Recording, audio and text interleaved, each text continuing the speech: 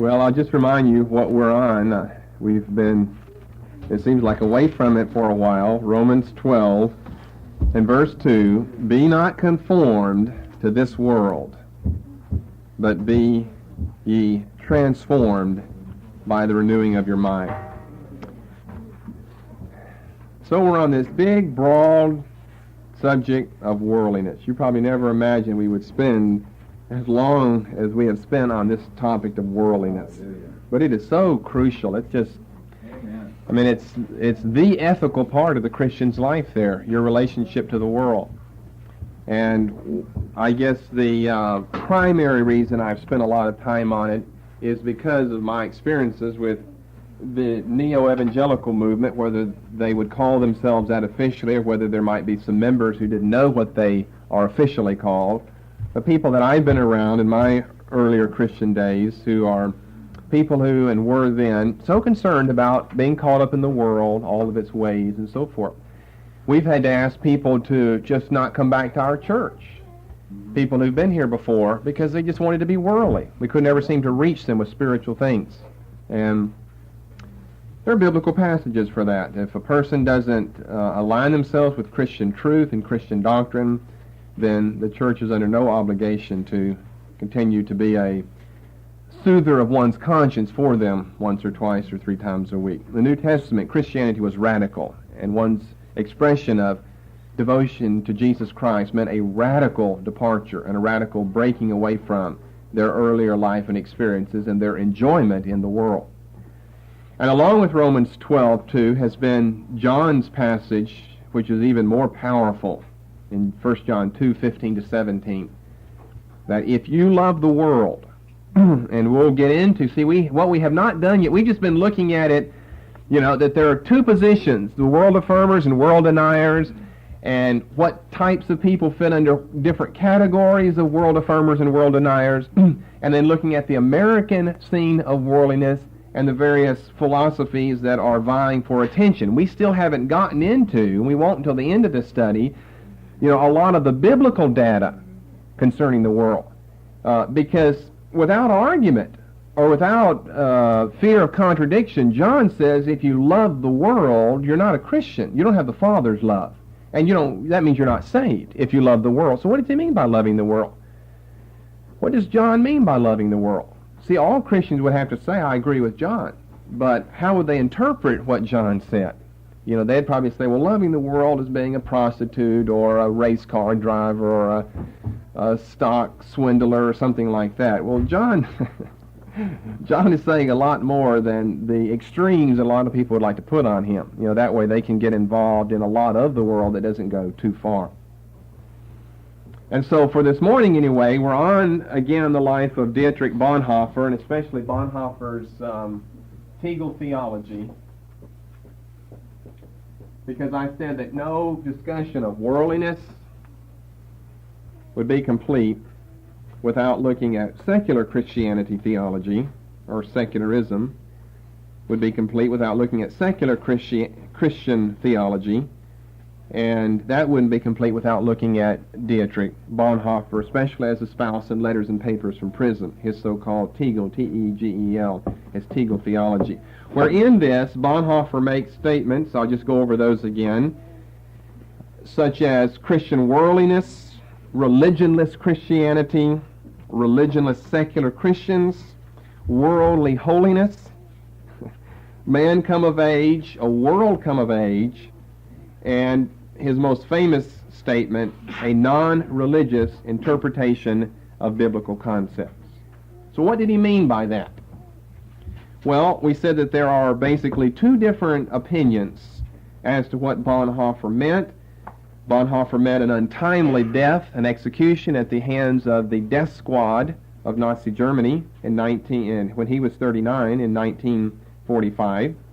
And so we don't have him around to interpret himself for us. One of the trends of interpretation has been the radical death of God theology of the 1960s. Okay, and we looked at 2 proponents of two proponents of this form of interpreting Bonhoeffer, but one of them specifically, the last one, Paul van Buren, an advocate of the radical Protestant, liberal, death of God theology of the 1960s. You sang God's Not Dead this morning, didn't you? Remember last week I said that was a song that was written to counteract this back in the 1960s. God is not dead. I talked with him this morning, was the other lay counteraction. So, this morning I want to come to two more proponents of this form of interpreting Bonhoeffer. It is the form that we call discontinuity, what Bonhoeffer expressed in his Tegel Theology, Letters and Papers from Prison, they would say, does not square with Bonhoeffer's earlier theology, that Bonhoeffer himself was a man who was coming of age in the early 1940s, and there was a radical change in his theology. So let me just get into these men, and we'll say more about this form of interpreting later. So we're really on number 3 for men. First of all, Friedrich Gogarten. Secondly, Paul Van Buren. Thirdly, Harvey Cox. Harvey Cox. Cox and his book are probably the best known expressions to the masses of the radical death of God theology of the 1960s. You probably had not heard of Paul Van Buren before, but you probably have heard of Harvey Cox. He seems to have been the one, because of his ability to write, who most captured the imagination of the masses in the 1960s with his book entitled The Secular City.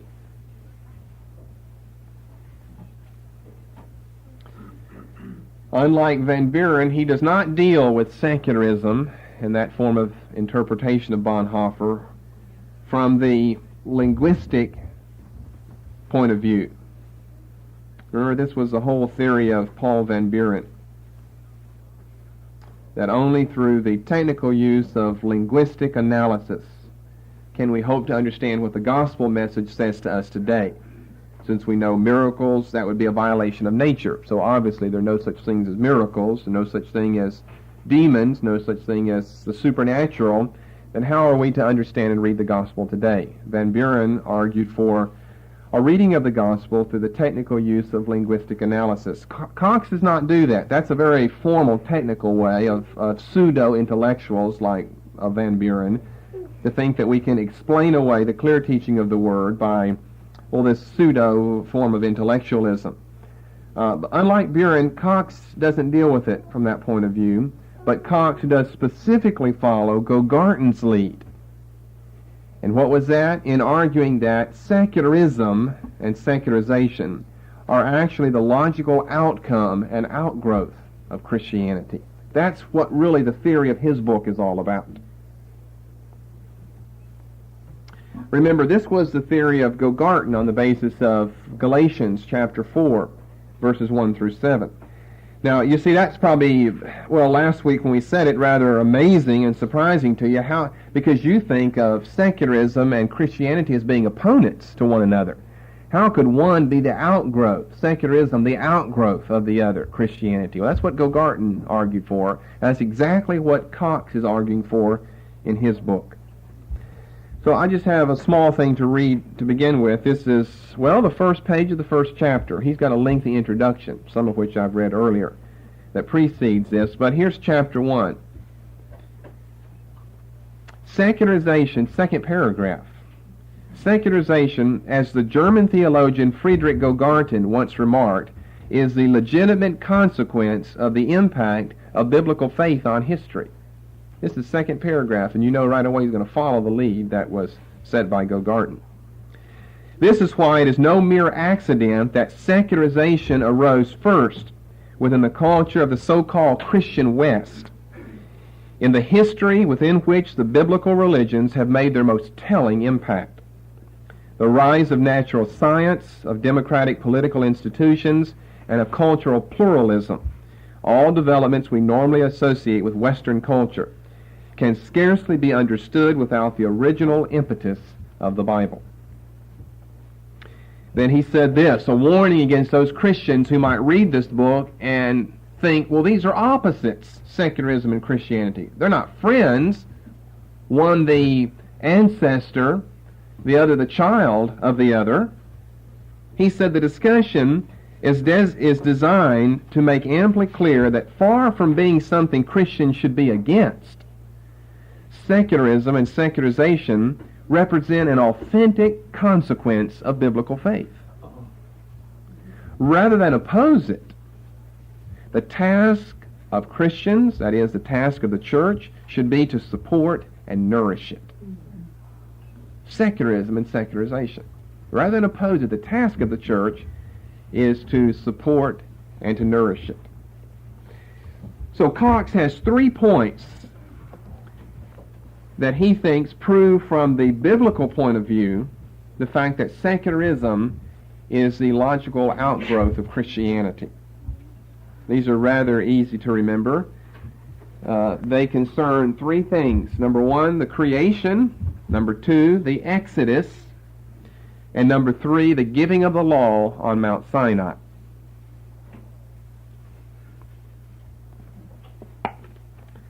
All right, let's start with creation.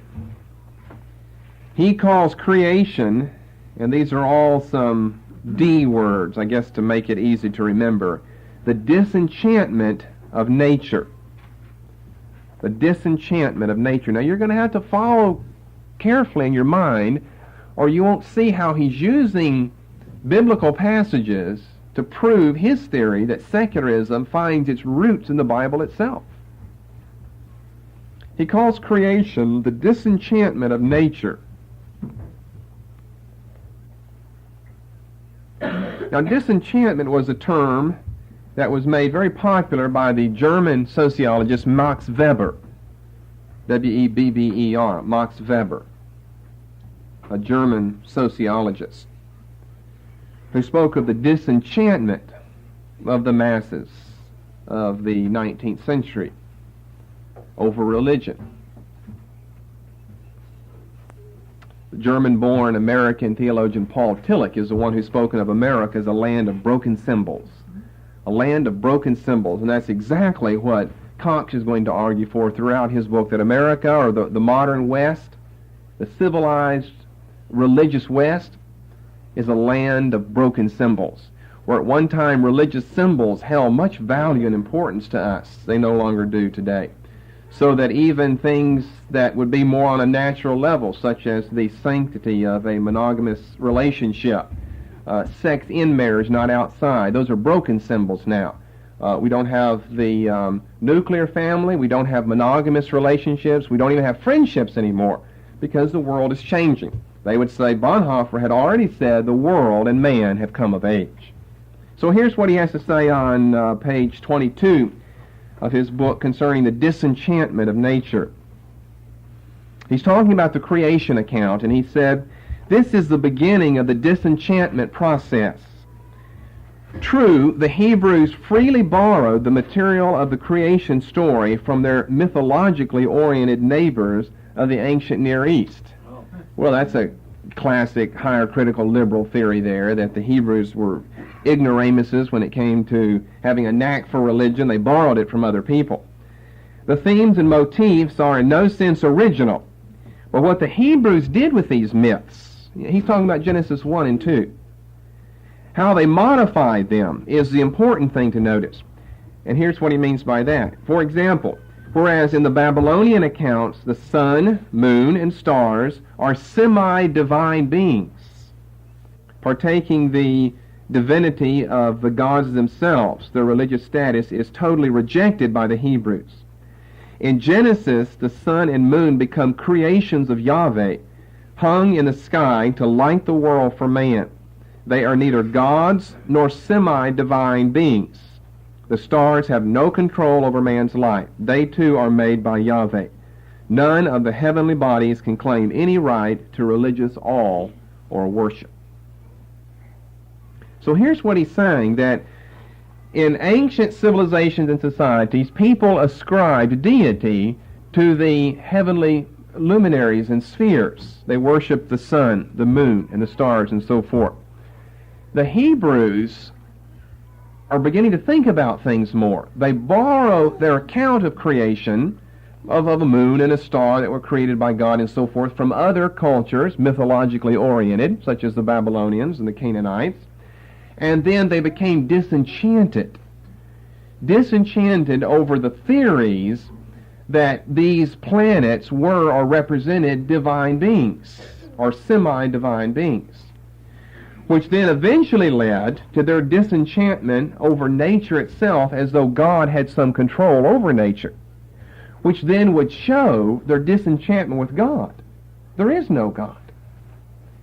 You see, Cox would be arguing that the Hebrews are not saying that there was a God, a literal, personal being, who made on day X, Y, Z, the things that we see in the material world. He would say the Hebrews are not saying that. What the Hebrews are trying to do is counteract Babylonian mythology of ascribing deity to the heavenly spheres.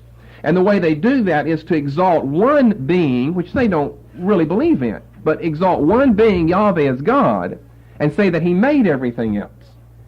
Now, everything made would obviously, by process of being made, would make it less than the maker of the object. So what the Hebrews would be saying is, actually, there is no God. You see how he's reasoning that out? You've got to think carefully to follow how he's reasoning it, because what you would get from that, well, the Hebrews believed in God. They believed in God so much they didn't believe in any of the spheres being ascribed semi-divine status. But Cox would argue just the reverse of that. That the Hebrews, the biblical account and the biblical narrative and the biblical people are on their way towards secularism, pushing God to the very perimeters of their life and society, because in fact there is no God. And they do that by ruling out the existence of gods in the moon, sun, and stars. They end up with one God, Yahweh, but they only end up with him to show that the things that are in the world, the sun, the moon, the stars, can't be divine. They can't be God. But then if you ask Cox more and go a little deeper, then of course he would say that there is no God, and the Hebrews didn't believe in that. Top of the next page, he has this to say: the Genesis account of creation is really a form of atheistic propaganda. He's strong in his language. Cox certainly is. He popularizes for the masses of college students and young people out of college looking for something to sink their teeth into, and they didn't know this is one big marshmallow that they were sinking their teeth into that won't stand up under a light of even intelligent scrutiny. The Genesis account of creation is really a form of atheistic propaganda. What he means is it is in comparison to the Babylonian account, because the Hebrews have effectively reduced the pantheon to one member, namely Yahweh. Atheistic propaganda. Atheism, meaning no false God, no God. Well, there were hundreds of gods believed by other people. So by virtue of the fact that Hebrews have reduced the pantheon to one member, essentially you've reduced it to zero. That's what Cox would say. Now we would argue just the reverse of that, that by virtue of the fact they reduced the pantheon to one member, showed how true the fact was that there was one God and one God alone. Deuteronomy 6:4, Hear, O Israel, the Lord thy Lord is one God, the Lord thy God is one Lord. Literally is what the Hebrew says. Then his second point concerns the Exodus. He calls this the desacralization of politics. First of all, the disenchantment of nature. The desacralization. Sacred. That's what's in this word. The desacralization of politics. Spell the word the best way you can. Hallelujah.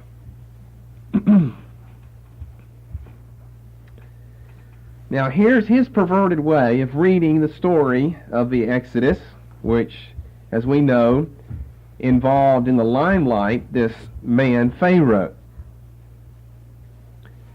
He said that the plagues against the Egyptians and against Pharaoh were against specifically the divine status that was given to Pharaoh.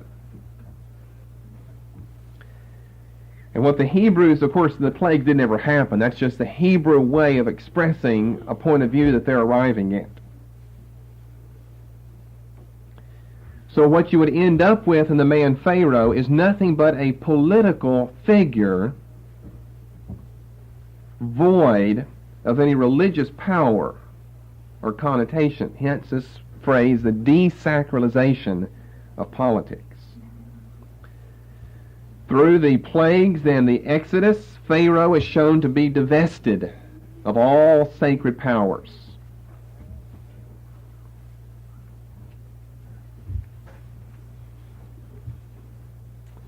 And what would be the conclusion? I mean, what's he after right here? Cox is after a certain thing, and he finds a great account of it here, because in other words, what you have is you've got the man Pharaoh who stands in Egypt not only as political head, but as religious head as well. And so by virtue of the fact of the great plagues, which didn't happen, but we'll just say that they do, because the Hebrews said that they did to prove a point. They just made it up. It's a myth, but it still proved their point. By virtue of the fact of the plagues and the Exodus, then what happens is Pharaoh, as a religious figure, he can't stand up under the religious figure of the Hebrews, the God of the Hebrews, Yahweh. So by virtue of the fact of all of that, his religious influence is totally stricken out, and he's left nothing but a political power. So what Cox is after is this, that in politics, such as in American politics, there is to be no religious mixture. The two are to be separate. You can never again mix. And we're shown this, he said, by the Exodus, which represents the desacralization of politics. You can never again mix religion with politics. Religion has no say or place in the political arena.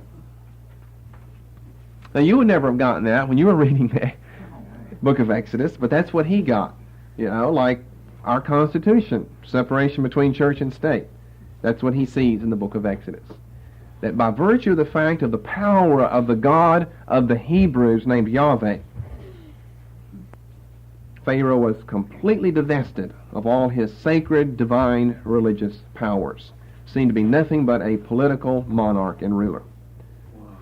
And so what that shows is that forevermore in history, we're supposed to experience a separation of church and state. Of course, it didn't work. It hasn't worked until, modern America. We've always had a combination. I mean, right down from the Exodus to the year of Christ and right on through the Middle Ages. I mean, think of how much a combination we've had. So I guess that was the lesson they were learning. We must have lost it right after the Exodus. We've only been relearning it now in the 1960s. Which is what Cox would argue, that we did lose that. And that the Bible is there to show us that secularism is a logical outcome. That you can, in other words, live your political life, which is your basic major life, without any recourse to your religious existence or your religious life, because the two are never to mix. And then thirdly, his third and final biblical proof, these start off his book, and then he just goes into all his own theories, is the giving of the law at Sinai. He calls this the deconsecration of values. The deconsecration of values.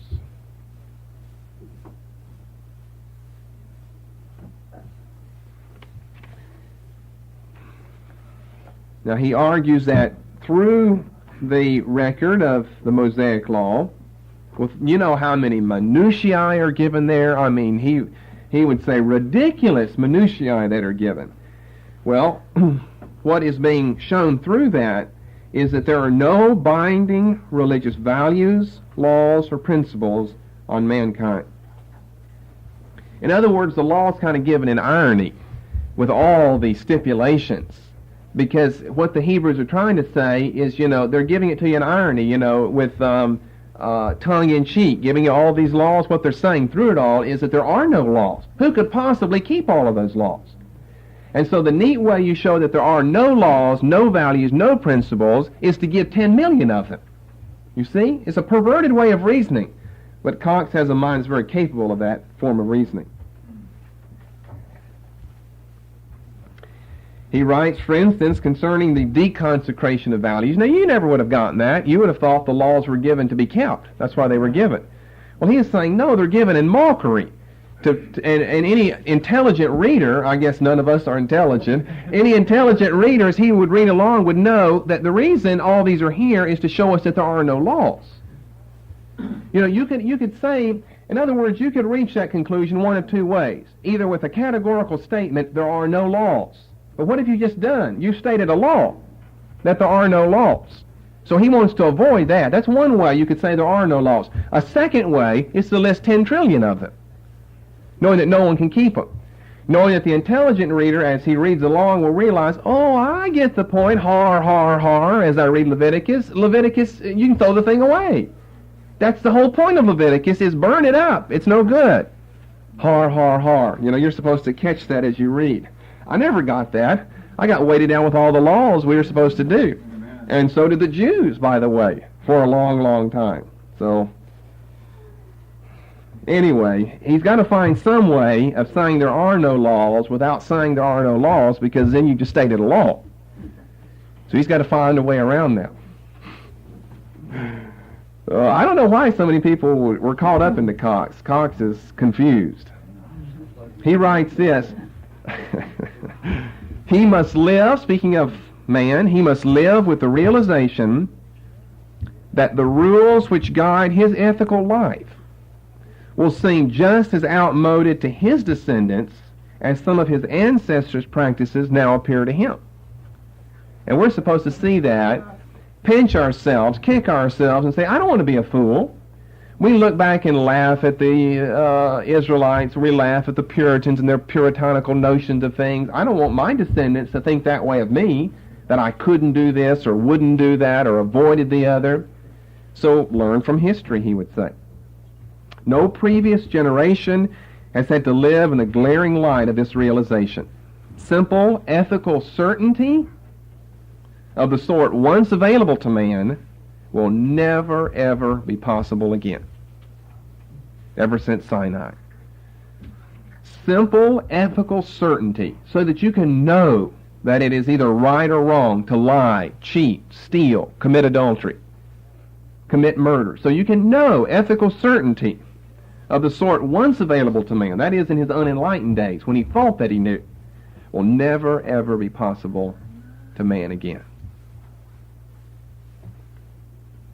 Well, I enjoyed reading Cox's book just because it shows you what a fantastic but perverted mind some people can have. Because you'd have to have the demon to read the Bible and come up with these notions.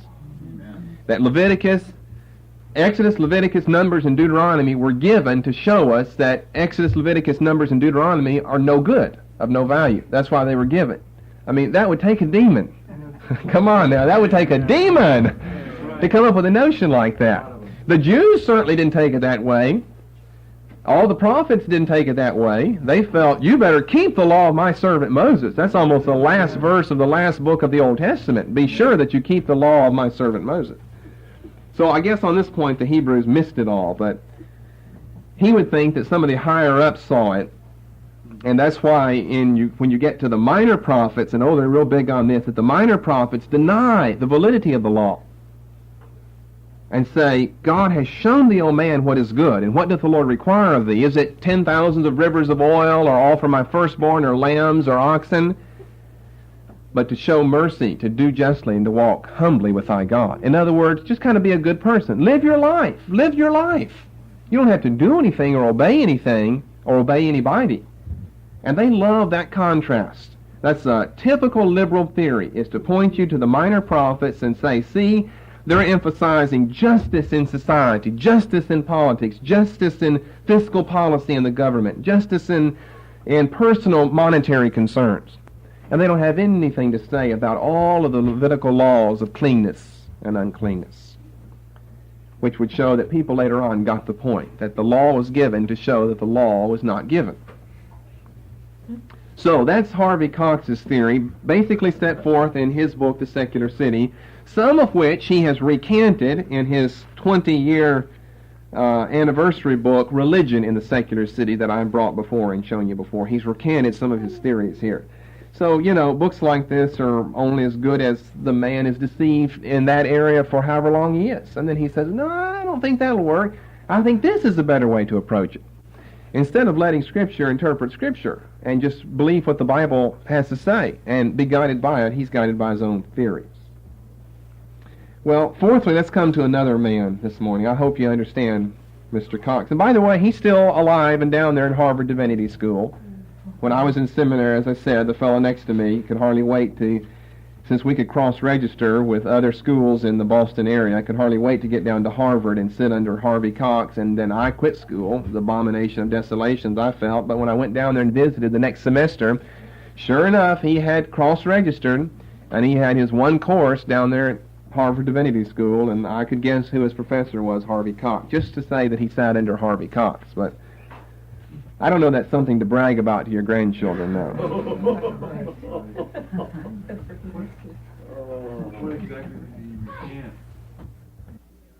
For the continuation.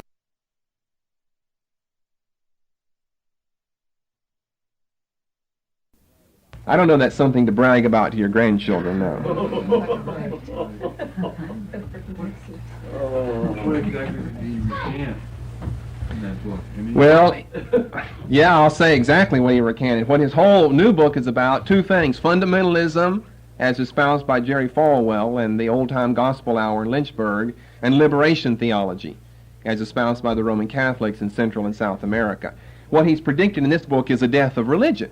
Remember, what are we talking about? The death of God in the 1960s. And he says in the preface to his new book that he is absolutely stunned at the revival of religion in the Western world today. In fundamentalism, and he means especially as he goes chapter after chapter on televangelism. I mean, think of Pat Robertson and Swaggart and the Bakers and things like this. We've seen an incredibly huge revival in fundamental values, or at least the fundamental preaching of things in this country. And then liberation theology, you might not be as familiar with that with the Catholics in Central and South America. He predicted the death of God in this book. He thought that, you think of what the 1960s were like, everybody was questioning anything that had any old-time authority to it. He felt that was just going to continue and continue and continue. Pretty soon there'd be open marriage, there'd be no marriage, there'd just be fornication rampant. He thought that's where we were headed, the total liberty, setting free of freedom of man. And he's been shocked, he said, that we've seen a big turnaround, that God is not dead after all, he said in his new book. And he's not dead. Cox will find out how alive he is one day. Oh, amen. It's called Judgment Day, when he has to stand before him face to face. He'll find out God is not dead. Any other questions on Cox? That's a good question. What did he recant? He's recanted his whole philosophy. He said God is dead. And history, the last decade in the modern West, has proven Cox to be wrong in his theory, and all these other liberal Protestants of the death of God movement in the 1960s. God is not dead.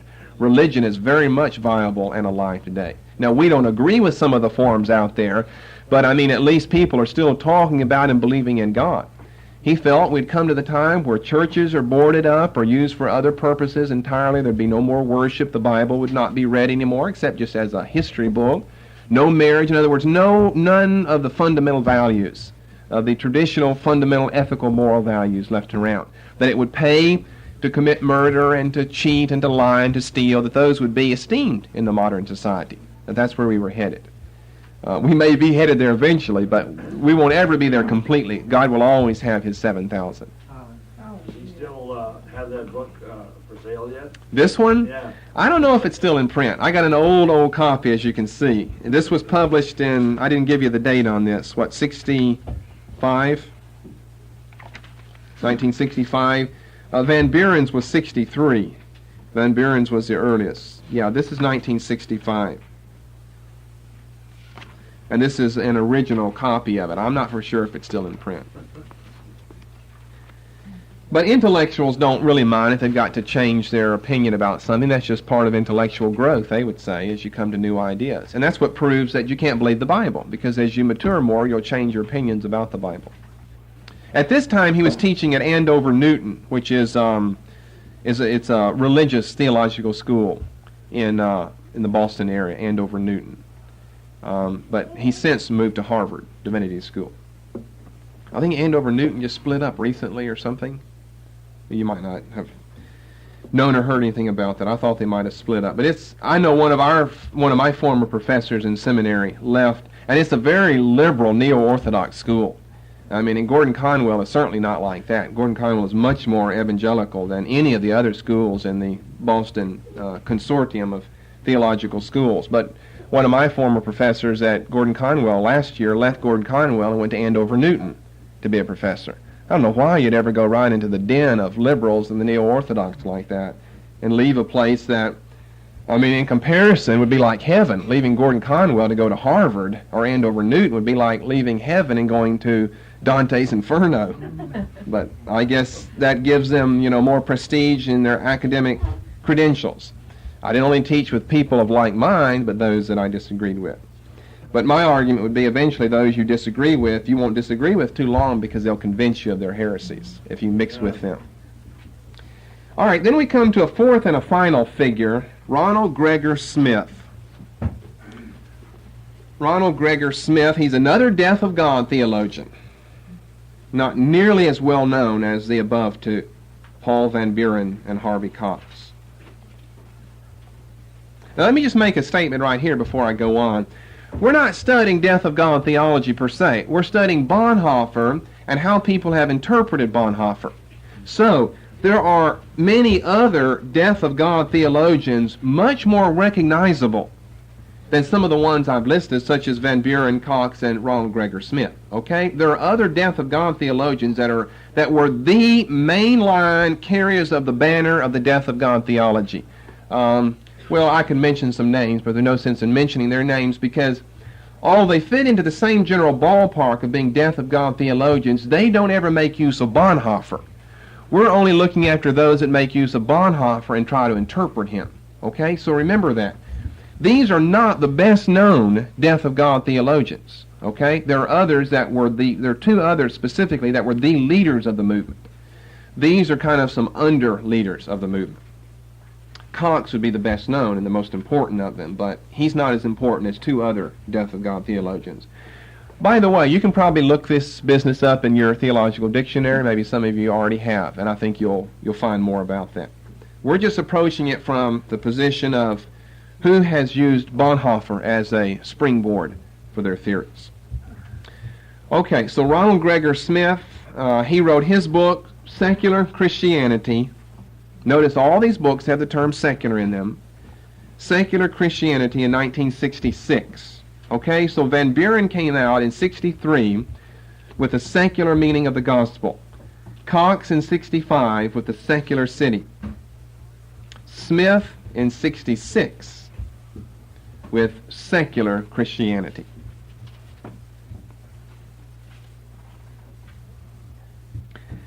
His thesis is not the same as Van Buren or Cox, although you end up at the same deceived conclusion. But his thesis is that religion and faith is similar to Van Buren's, but he didn't use a linguistic approach, have to be interpreted in the light of their historical, cultural context. In other words, that's just an old sneaky way of saying the Bible's full of myths. The Bible has religion and faith have to be interpreted in light of their historical and cultural context. Well, the people of the first century were pre-scientific, uncivilized, pre-educated, superstitious, the whole ball. And so we have to interpret the religion of that period in light of those facts. In other words, their religion is really not reliable. It's a religion of superstition. So he would say that the New Testament's form of Christianity will not fit for this age because the times have changed. The world has come of age, and he does make use of Bonhoeffer.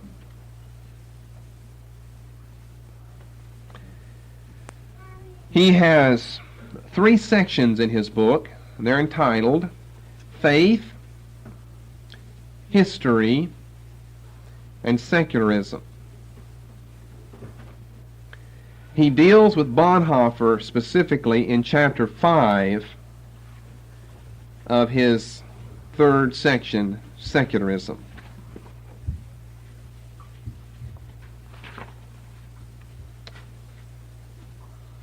Which is entitled Faith Not Religion. See, like here's section 3, Secularism, and then what? You've got 7 sub-chapters in this third chapter on secularism.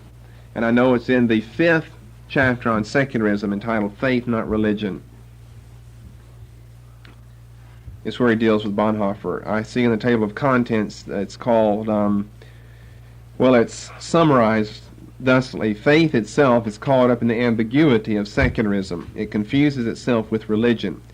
Religion is the attempt to use God as a completion to man's life, which is what the communists have said. He mentions in his book both of the above books, Van Buren's book and Cox's book. He mentions both of them. And if I could sum it up in a phrase, what Ronald Gregor Smith is proposing is what we call a radical historicizing. That's what it's technically called, a radical historicizing. Historicizing of the New Testament Christian message.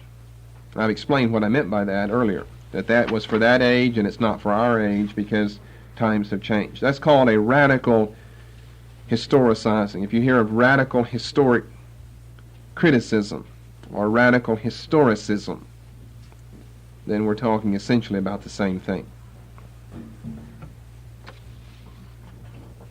That man is free from his pre-scientific, superstitious notions about a God of nature.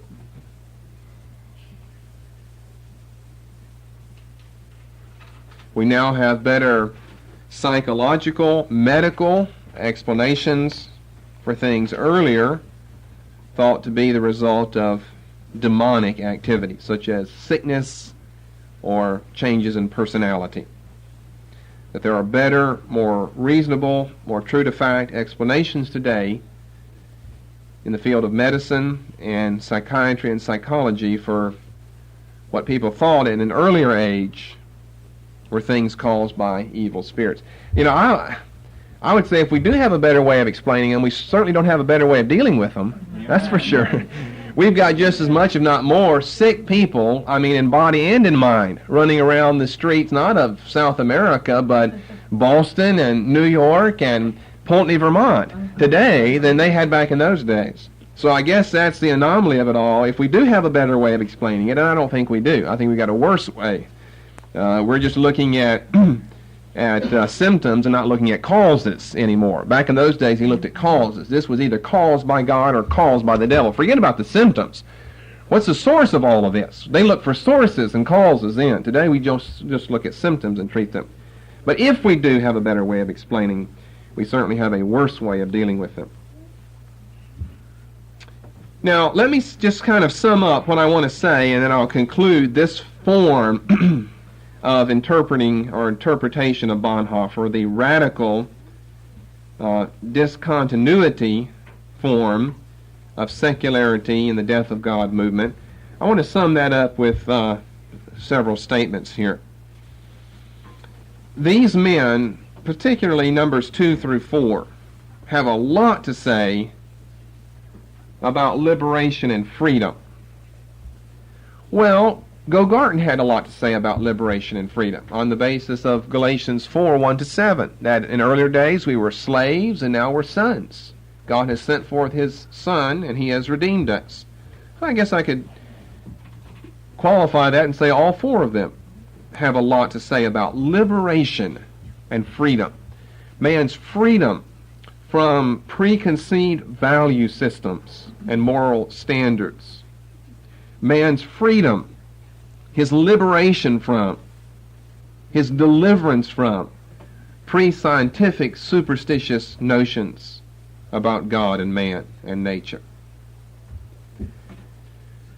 But I would remind you that for the Numbers 2, 3, and 4, Van Buren, Cox, and Smith, these men were writing in the 1960s, and the spirit of liberation and freedom were kind of the cultural spirit of the 1960s. In other words, I would be interested to know whether or not these men are not just reading their setting back into the Bible, which is exactly what they say we shouldn't do, that our times won't fit those times. And I'm curious to know if they're not reading their own cultural spirit. It was a spirit of anti-authoritarianism, of anti-puritanical standards, of liberation, deliverance, and freedom. The so-called new morality of sexual license and licentiousness, of revolt against all forms of established norms and authority of the 1960s. I wonder whether or not they're simply reading their own setting back into the biblical days. So that when Jesus came along preaching in Luke 4 that he came to set the captives free, what he meant by freedom, you take from the 1960s and read back into that. And you're the very one arguing that there's discontinuity between the biblical message and what we are to experience today. We simply can't relate to that. Then how is it you can find proof text in the Bible for the fact that what you're doing today can't relate to the Bible? I mean, that's a contradiction of theology right there. You know, if the two don't relate, you certainly can't find proof text that the two don't relate. That'd be a contradiction of theology. You'd have to find some modern manual. And here they are. These are the modern manuals here that are rewriting the Bible through their reinterpretation of the Bible. I think they're simply reading, these men, and they've changed, as I say, since then. They're reading their own radical 1960s in the United States. You remember Vietnam, Kent State. Well, that was at 1970, but the end of that, and 2 assassinations of a president, a presidential candidate, a civil rights leader, Sputnik in the late 1950s, and our race to the moon under Kennedy, or his thoughts in the early 1960s, and all of these things that we saw, that they're reading their own cultural spirit of the 1960s back into the Bible with this theory of liberation, freedom. We're free, we're free, we're free from God. Look over in Psalm 2. I want to show you a couple of biblical passages where the Bible sets forth the fact that people with this theory of liberation and freedom are actually, through that, manifesting their own wicked nature. Because just like lost man, they want to be free from God, free of religious restraints on their conscience and their behavior. That's what lost man is like. He wants to be free from religious restraints on his conscience and his behavior. That's why a lot of young people swallowed hook, line, and sinker Cox's theology here. It set them free in their mind and in their behavior to live as though there is no God. They enjoyed that. You see, a lot of people, including Cox himself, as he has said in his second book, they were brought up in a religious home. And you get tired of hearing the old adage, I was brought up in a religious home, my parents forced me to do such, and I rebelled when I came of age. You get tired of that old line. Because all that proves is your parents brought you up in some legalistic form of something and not in the Bible's way. Because you don't rebel against truth that gives you life and hope and comfort in your life. I know there are a lot of parents that have brought people up in some old stiff legalistic fundamentalism, and I don't blame them for rebelling against that. But if you're brought up in a biblical message, which may include some of the stiff fundamentals, but if you're brought up in a biblical way, you don't rebel against that. You know from your experiences that's all that gives you life and hope, assurance and comfort in this existence as well as in the world to come. But these people want to be like those in Psalm 2, beginning with verse 1. Why do the heathen rage and the people imagine a vain thing? The kings of the earth set themselves, and the rulers take counsel together against the Lord and against his anointed, saying, and look at verse 3, let us break their bands asunder and cast away their cords from us. Now, verse 2 said, the kings of the earth and the rulers take counsel against the Lord and against his anointed, whom we know to be, in verse 7, the Son. I will declare the decree. The Lord has said unto me, Thou art my Son. This day have I begotten thee. They've taken counsel together against the Lord and against his anointed, the Christ, saying, Let us break their bands asunder and cast away their cords from us. Now, what the psalmist is speaking of are those bands, or those cords of religious restraint in one's conscience, and in one's behavior. That's exactly what he's talking about here.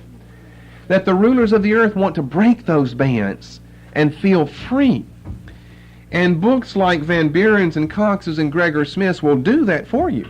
They'll break the bands of God by twisting, reinterpreting the Bible to make it say what they want it to say. And I believe by twisting and reinterpreting Bonhoeffer to make Bonhoeffer agree with their own theology of the 1960s. We'll see some other interpretations of Bonhoeffer, it looks like, starting next week.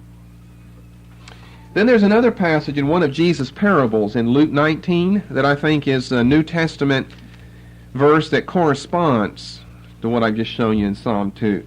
Luke 19:14.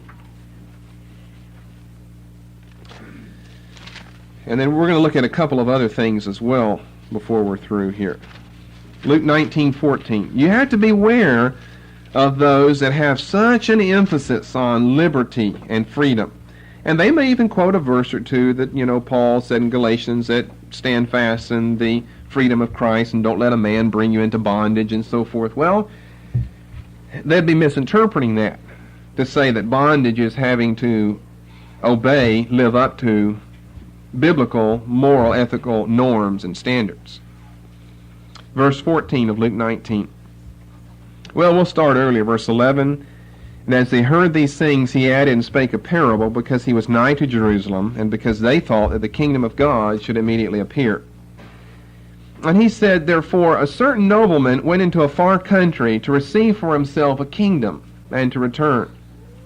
And he called his 10 slaves, and delivered them 10 pounds, and said unto them, Occupy till I come. And look at verse 14. No, you don't even have a cross-reference in my KJV anyway, back to Psalm 2. But his citizens hated him and sent a message after him, saying, We will not have this man reign over us. That's what Cox and Van Buren are saying. We will not have this man reign over us. This man who requires moral purity in our mind, in our life. Matthew 5. To look upon a woman and to lust is to commit adultery. He requires such moral purity of us that it extends to all areas of our life. We will not have this man to reign over us. That fits right in with the radical cultural spirit, with the college spirit of the 1960s. We will not have this man reign over us. People are being told, you can do your own thing. You're your own boss. You don't answer to anybody. And I guess if you get told that often enough, you start believing that then. And the ultimate extension of that is to say, we will not have this God to reign over us with his laws of what we can or can't do, or who I can see or can't see, or marry or can't marry, or where I may go or may not go, or I'm not going to have this man reign over us. And that has just been a struggle down through history of secular, lost, sinful, unregenerate, fallen, pagan man. Let's break their bands asunder. The bands, the cords that would tie our behavior, our actions, our conscience. The bands, the cords of God and of his Messiah. Let's break those bands. And these radical death of God theologians are doing their best to do that. But if you'll turn over to 2 Peter 2, 2 Peter 2, verses 18 to 19, here's what Peter has to say about some of these people. He said, these are like the ones, or I would say these we're talking about, are like the ones who promise you liberty, while they themselves are slaves. There's the irony and the anomaly of it all. They promise you liberty, while they themselves are slaves of the devil, servants of corruption. I'm not going to follow anybody who's preaching a message of liberty unless the person who's preaching the message of liberty is free themselves. And only when the Son makes you free are you free indeed. People who aren't set free by the Son, who aren't free in the Son, aren't free. They're slaves. They may come preaching a message of liberty. And what Peter means in this, the context of this entire chapter here, is freedom from moral, ethical restraints in your life. Freedom from that, so you can do what you want to do. That's exactly what Cox is arguing for. As a matter of fact, there is a professor right now out at Fuller Theological Seminary. I don't mind naming. His name is Lewis Smedes, and I have several of his books. He has one on sex. You would not believe. He is a professor at a neo-evangelical school. He's got many different books. He's a best-selling author. He is such a crafty, lying liberal. I just can't believe that he's on the faculty. Of course, I know problems have happened at Fuller in the last few decades. Maybe that's why he is there. But he advocates fornication. He advocates that. He advocates all self-abuse, all types of sexual perversions.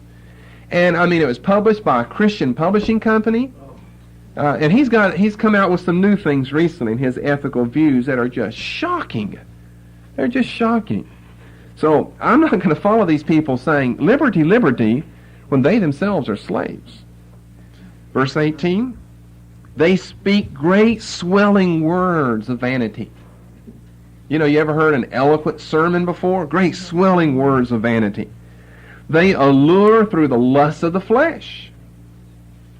People like to hear, you're free, you don't answer to anybody, there is no God. People like to hear that, because people then can indulge themselves in sins of the flesh and not feel that they'll ever be held accountable or responsible for that. So they allure through the lusts of the flesh. And there are all types of things that are going on with young people today. It's not any better than it was in the 1960s. Free sex is rampant everywhere. The statistics are just gross and appalling. And the problem is, it goes back to the home. Parents have not taught their children any better. Maybe parents haven't been any better themselves. It's just gross and appalling what's going on. Through much wantonness, those that were clean escaped from them who live in error. While they promise them liberty, they themselves are the slaves of corruption. And then Peter tells us why he thinks this is true. For of whom a man is overcome, of the same is he brought in bondage. In other words, if you can't control things in your life, if you can't control things, you're a slave to it. Jesus said the exact same thing. Peter heard him in John chapter 8. That any man who commits sin is the slave of sin. When the Son sets you free, he sets you free from sin, and whom the Son sets free is free indeed. John 8, verses 31 and following, down to 36, which I was quoting. So, in conclusion, not only do I not think these men have interpreted Bonhoeffer correctly, I don't think they've interpreted the Bible correctly. And that's what they're really after. They're using Bonhoeffer and his provocative, ambiguous phrases to have justification in a well-known, accepted, revered person such as Dietrich Bonhoeffer. They're looking for someone to quote. In other words, that's just a typical worldly thing. If you can quote somebody who's an authority or an official or who's famous, and that's supposed to make the statement true. So they've got their own theology. Whenever Cox wrote this is what made Cox famous. He wasn't famous whenever he wrote this. So whenever you're writing something, you want to become famous, quote somebody famous. Say that I've got the support of X number of, presidents, senators, kings, members of parliament, or Christian martyrs like Dietrich Bonhoeffer. And you do that, and that's supposed to mean you're an authority. I think they misinterpreted Bonhoeffer. I don't think that's what Bonhoeffer meant. We're out of time this morning. We'll get next week into a second understanding of what Bonhoeffer meant by these phrases. And then I'll give you, from my own readings in Bonhoeffer's Tegel Theology, what I think that Bonhoeffer meant. I will call on the Lord, who is worthy to be praised. Whom shall I be saved from my enemies?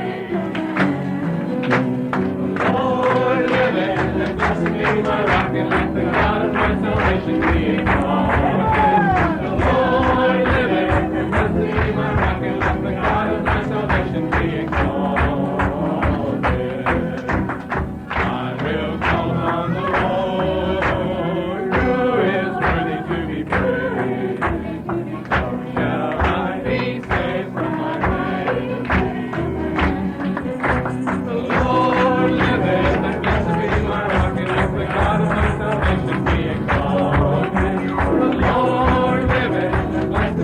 my rock and let the God of my salvation be exalted.